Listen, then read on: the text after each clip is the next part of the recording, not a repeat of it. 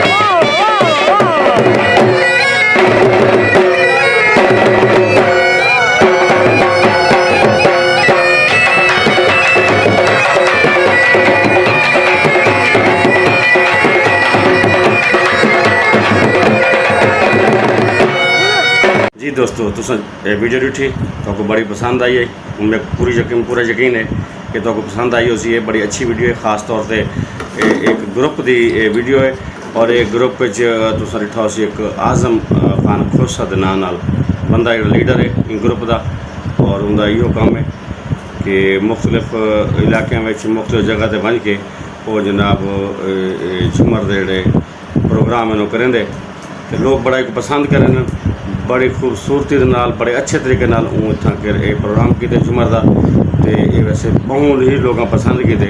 उम्मीद है तो पसंद आसी।